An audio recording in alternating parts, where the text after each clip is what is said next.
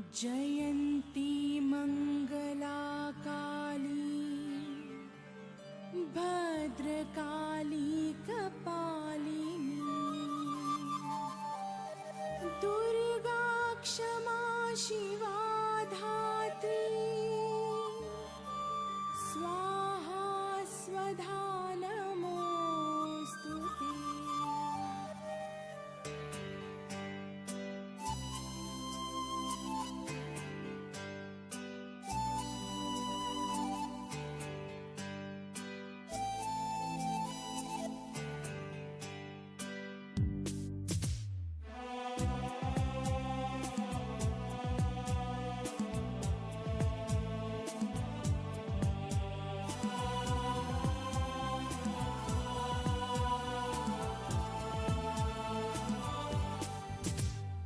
मन में ताकत दिल में हिम्मत तेरे नाम से ही मिले। मन में ताकत दिल में हिम्मत तेरे नाम से ही मिले। मुरझा कर मायूसियों में मुरझा कर मायूसियों में फूल सारे फिर खिले।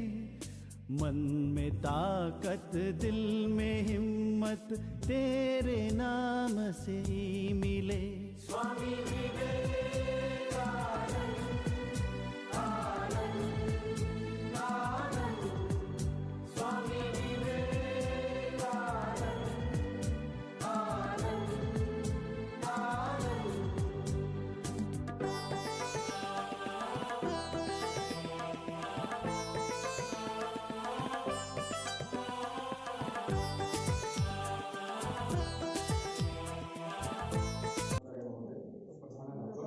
सभी वरिष्ठ शिक्षक एवं मेरे सभी साथियों सभी को मेरी तरफ से सुप्रभात। आज विवेकानंद जयंती के समारोह में शामिल होने पर आप सभी को बहुत बहुत धन्यवाद। जैसा कि हम सब जानते हैं कि विवेकानंद जी का जन्म 12 जनवरी 1863 को हुआ। वे रामकृष्ण परमहंस के महान अनुयायी थे। स्वामी विवेकानंद के बचपन का नाम नरेंद्र नाथ दत्त था। उन्होंने रामकृष्ण मिशन की स्थापना की थी। भारत में हिंदू धर्म के पुनर्जन्म में स्वामी विवेकानंद को एक प्रमुख शक्ति के रूप में माना जाता है। स्वामी विवेकानंद को मुख्यतः sisters and brothers of America से शुरू करके दिए गए उनके प्रेरणादायक भाषण के लिए भी याद किया जाता है। इसके बाद ही वे शिकागो में विश्व धर्मों की संसद में हिंदू धर्म को पेश करने में सक्षम हो सके थे। मैं आपको बताना चाहूंगा, शिकागो में विश्व धर्म सम्मेलन 1893 में हुआ था और स्वामी विवेकानंद जी को इस धर्म सम्मेलन में जाने का पूरा खर्चा राजस्थान में खेतड़ी के महाराजा ने दिया था, जो कि मेरे घर से मात्र 25 किलोमीटर की दूरी पर है। स्वामी विवेकानंद जी का जन्म कलकत्ता के शिमला पाली में हुआ था। उनके पिता कलकत्ता उच्च न्यायालय में एक वकील थे। कहा जाता है कि नरेंद्र जब किशोरावस्था में पहुंचे तो वे ध्यान लगाने में विशेषज्ञ बन गए थे। वे समाधि अवस्था में आसानी से प्रवेश कर जाते थे। किशोरावस्था में ही वे ब्रह्म समाज के संपर्क में आए और वहीं पर उनकी मुलाकात श्री रामकृष्ण परमहंस जी से हुई और इनकी वजह से ही नरेंद्र की सोच में बदलाव आया। उनकी मृत्यु के बाद नरेंद्र नाथ ने घर छोड़ दिया और अपना नाम बदलकर स्वामी विवेकानंद रख लिया। वे एक महान व्यक्ति थे जिन्होंने मानव जाति और राष्ट्र उत्थान के लिए बड़े पैमाने पर काम किया था। मैं अब प्रधानाचार्य जी महोदय को बुलाना चाहूंगा माल्यार्पण करेंगे।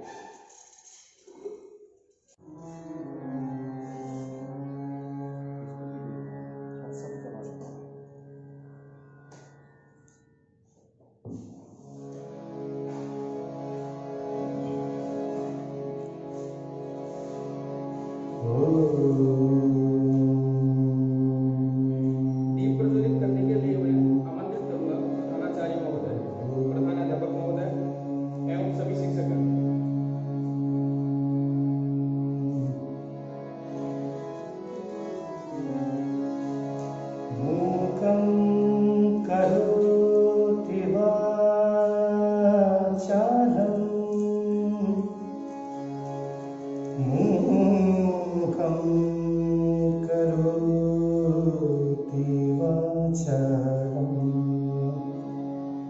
पंगुं लंघयते धियो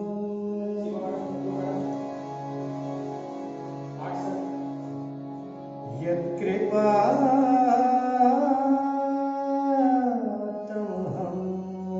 वन्दे परमानन्दं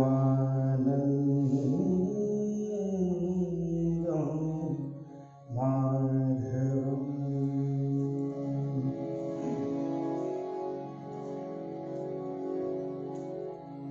दीपो ज्योति परब्रह्म दीपो ज्योति जनाय भरतु मे ज्योतिरूप नमोस्तुते। सर्वे भवन्तु सुखिनः सर्वे सन्तु निरामयाः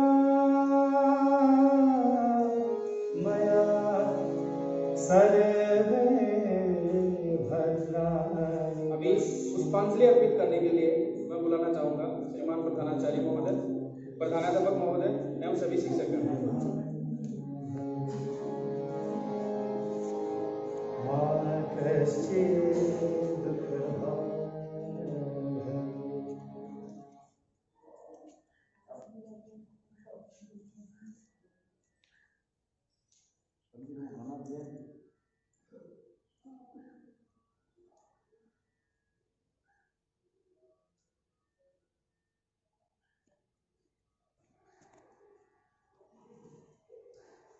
पुष्पांजलि के लिए मैं बुलाना चाहूंगा पुष्पांजलि अर्पित करने के लिए।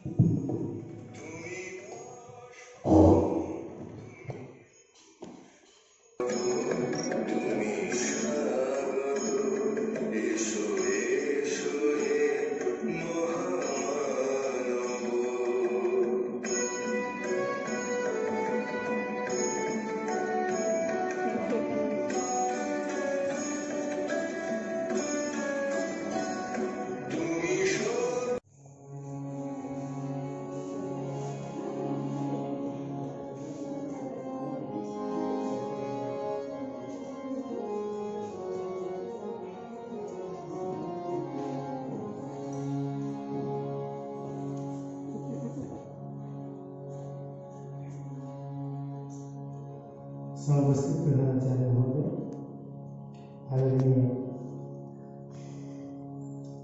एचएम सर, सभी शिक्षकगण, आज का ये दिवस स्वामी विवेकानंद जी के लिए मनाया जाता है।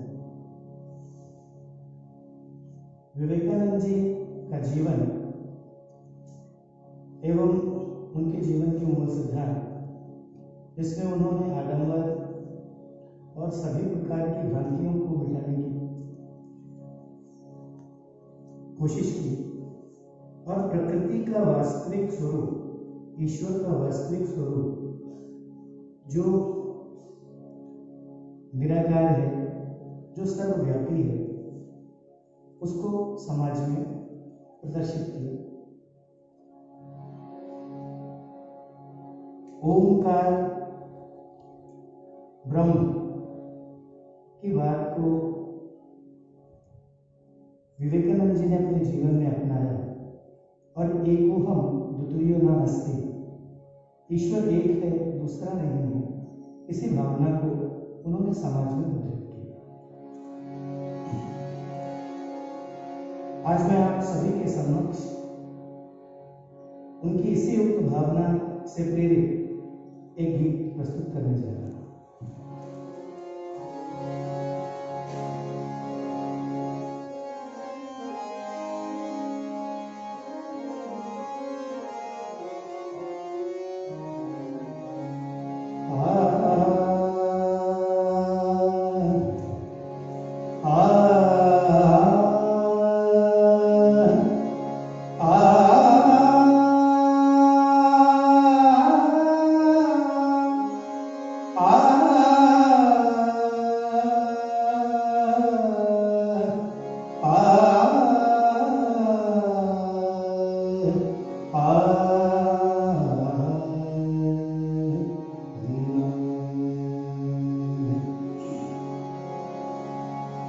ईश्वर तुझे है कहते, ईश्वर तुझे है कहते, भगवन है नाम तेरा, ईश्वर तुझे है कहते, भगवन है नाम तेरा, हर शाख शाख तेरी एक ओम नाम तेरा, ईश्वर तुझे है कहते, भगवन है नाम तेरा, हर शाख शाख तेरी एक ओम नाम तेरा, ईश्वर तुझे है कहते।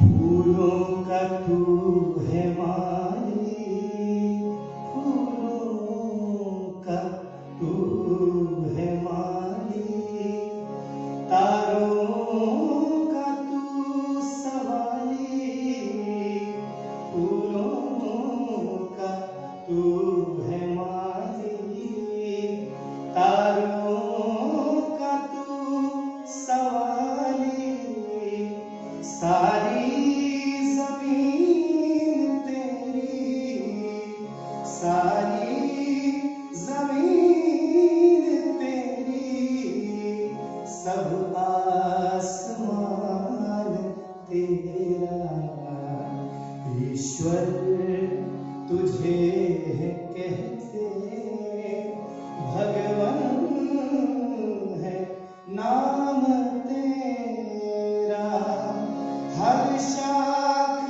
शाख तेरी एक ओम नाम तेरा,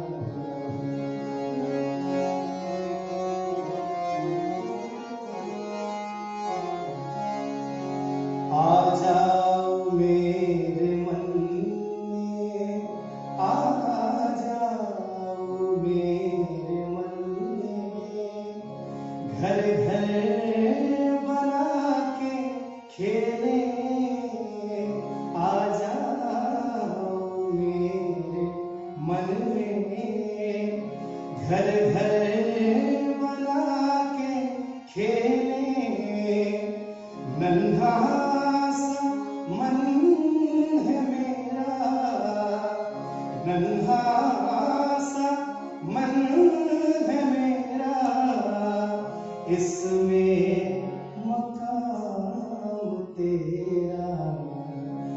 ईश्वर तुझे है कहते, भगवन है नाम तेरा। ईश्वर तुझे है कहते, भगवन है नाम तेरा। हर शाख शाख तेरी, एक ओम नाम तेरा, एक ओम नाम तेरा, एक ओम नाम तेरा। धन्यवाद music sir.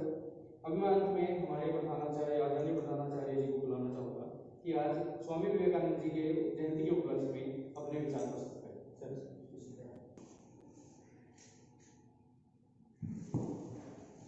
On behalf of the school, I would like to congratulate you all on this auspicious day. Today, I'm here to speak on a person on whom anybody can speak longer than the usual time. He has got his influence on me other than anybody else, and more than anybody else.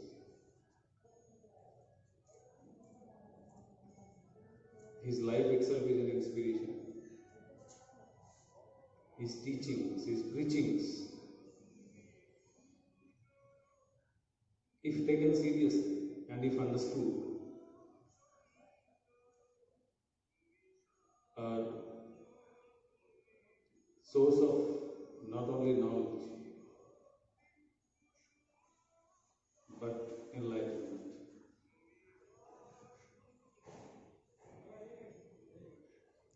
He was the son of a lawyer. He himself did a degree in law. He was a wrestler.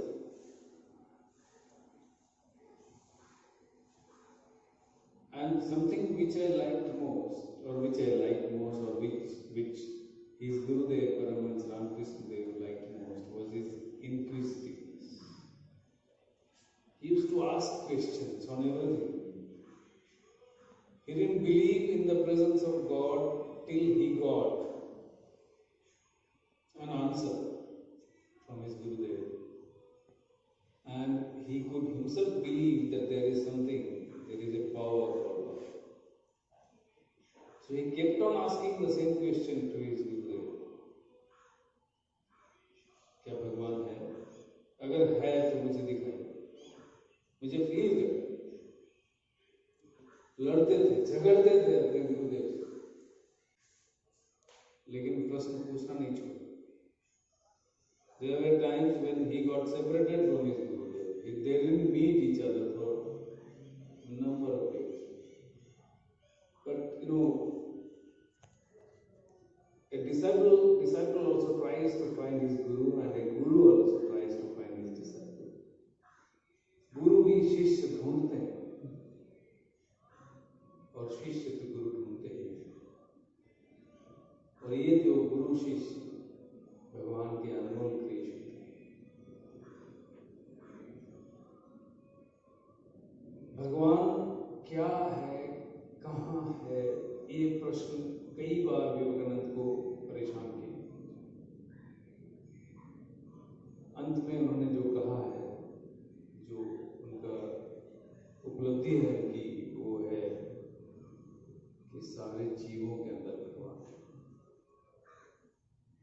कहाँ हम ढूंढ रहे हैं भगवान को, इधर उधर, यहाँ वहाँ, जीवों के अंदर। इतनी बड़ी उपलब्धि, और ये बात कहना उस वक्त, उस जमाने में, मंदिरों में नहीं, मस्जिदों में नहीं, भगवान कहीं नहीं होते हैं, भगवान होते हैं जीवों के अंदर। ये कहना बहुत बड़ी बात थी और बहुत हिम्मत की जरूरत थी उस पर ये कहने के लिए।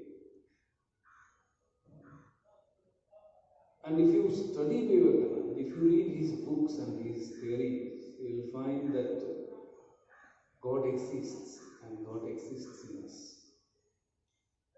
in every one of us, in every living being. भगवान कोई मंदिरों में नहीं, पूजा करने से भगवान मिलते हैं, ऐसा भी नहीं। अपना काम करो, सभी से प्यार करो, तो भगवान मिलते हैं। पवित्रता ही भगवान है। ये जो रिलीजन का डेफिनेशन इन्होंने दिया था, दैट वाज रीडिफाइंड डेफिनेशन। मतलब आपको और कहीं नहीं मिलेगा, किसी धर्म ग्रंथ में ऐसा डेफिनेशन नहीं मिलेगा। रिलीजन का डेफिनेशन इन्होंने दिया, इनको लड़ना पड़ा कई जगह। अपने घर में जब इनके पापा का देहांत हो गया, तो his properties were snatched by his own relatives. And as I told you, he was a lawyer, so he fought his case, and he got his properties back. मतलब ऐसा नहीं कि वो एक ऐसे साधु थे जिन्होंने घर बार छोड़ दिया था। ऐसे सन्यासी थे जिन्होंने घर में रह के पूरी दुनिया को सिखाया कि सन्यासी जीवन क्या होता है। इसके बाद हिंदू धर्म में क्या है? क्या हिंदू धर्म में ऐसी कुछ चीजें हैं जो बहुत अच्छी है, या कुछ ऐसी है जिसको हम त्याग कर सकते हैं? सारी बातों को उन्होंने अपनी किताबों में, अपने स्पीचेस में उन्होंने इलैबोरेटली कहा है।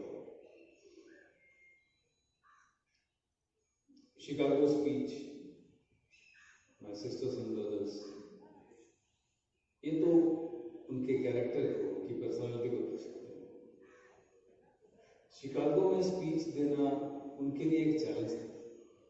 किस तरीके से 2 महीने पहले वहां पहुंच गए थे, क्योंकि वो शिकागो जो धर्म महासम्मेलन को, that was postponed, and he didn't have money in America. कहां कहां उन्होंने रात बिताई, जो रास्ते में पड़े हुए वो ड्रम के अंदर घुस के रात बिताई, ठंड में। But personality was such that people fell in love with him. He was respected, so he made people at different places who helped him. उनको तो उस रिलीजियस जो सम्मेलन था, धर्म महासम्मेलन, वहां जाने की कभी परमिशन नहीं। अमेरिका जाके पता चला कि वहां तो वो जा ही नहीं सकते। एक लेटर ऑफ रिकॉग्निशन चाहिए था, लेटर ऑफ रेफरेंस चाहिए था, दैट ही डिडंट हैव। तो अमेरिका से ही उनको कोई मीडिया जिन्होंने एक लेटर ऑफ रेफरेंस मैनेज करके दिया।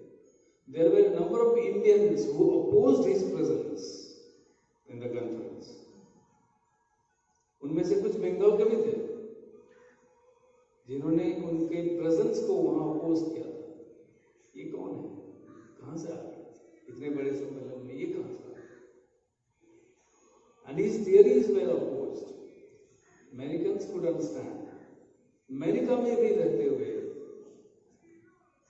अमेरिका के लोगों ने अपोज किया। यहाँ के कुछ जाने माने लोगों ने, जिनका नाम मैं नहीं लेना चाहता हूँ यहाँ पे, उन्होंने अपोज किया था, जाने माने लोग।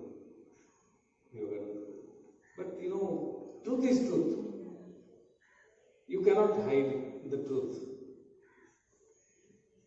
तो वो जब वहां से लौटे, ही वेंट टू चेन्नई में एक उन्होंने मीटिंग बुलाई थी, एक छोटा सा अपने लोगों को बुला के और द प्रेस वाज कि मेरे साथ क्या क्या हुआ, कहाँ क्या क्या हुआ और मेरे बारे में क्या क्या झूठ फैलाया गया, ये उन्होंने अमेरिका में रह के नहीं बताया। क्यों?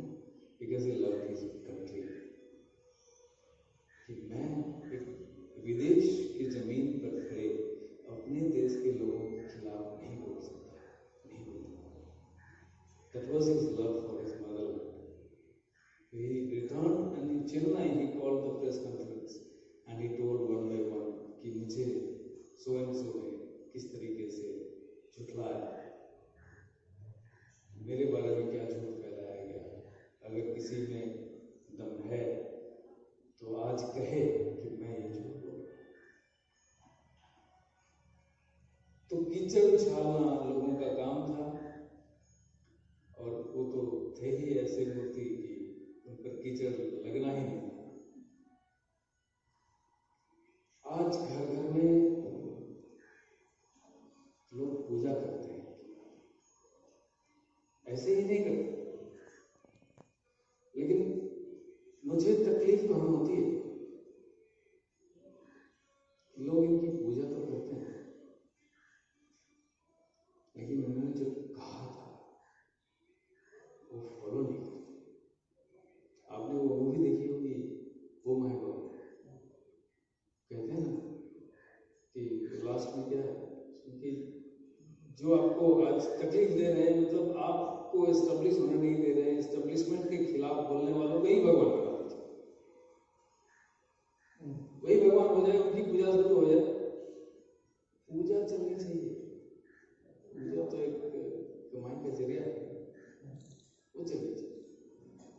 लेकिन विवेकानंद ने पूजा की बात कभी नहीं की, इन्होंने ध्यान की बात करी, कंसंट्रेशन मेडिटेशन की बात करी। मेडिटेशन नहीं करते हैं, पूजा करते हैं, मंदिर जाते हैं चढ़ाने के लिए। इन्होंने चढ़ाने की बात कभी नहीं कही। एक जगह तो इन्होंने ऐसी भी बात कही है कि बेगर्स को आप कोई भी पैसा या कोई भी धन मत दीजिए, भिखारियों को कुछ मत दीजिए। क्यों? अगर आप कुछ देते हैं तो उनको अपंग बना, वो अगले दिन भी ये उम्मीद लेके बैठेगा that he gets something from you, but he will not use his hands to work and earn that. तो हमने भिखारियों को सिर्फ जन्म ही नहीं दिया है, सस्टेन भी किया है, दे दे के। अगर उनको मिलता नहीं मिलता ना तो वो काम जरूर करते, पेट तो चलाना। लेकिन ये फ्री मिलने की जो एक आदत है लोगों में, ये बहुत बुरी चीज है। हमारे गवर्नमेंट ने भी ये बहुत अच्छे तरीके से, मतलब पार्टीज ने, पॉलिटिकल पार्टीज ने भी बहुत अच्छे तरीके से समझ लिया। गवर्नमेंट की बात नहीं कर रहा हूँ मैं, पॉलिटिकल पार्टीज की बात कर रहा हूँ। इन लोगों ने भी समझ लिया, फ्री लालच दो तो लोग आ जाएंगे, फ्री मोटरसाइकिल दूंगा, फ्री वोट। हमारे देश में फ्रीडम फाइटर्स की कमी नहीं है, फ्री मिलने वाली चीजें हैं, वही लोग फ्रीडम फाइटर्स हैं यार। इनके खिलाफ नहीं, there is nothing called a free lunch. आप देखिए जिस दिन वो कहीं किसी दुकान में सेल चलेगा तो भीड़ कितनी लगती है, एनालाइज नहीं करते कि ये पुरानी साड़ियां हैं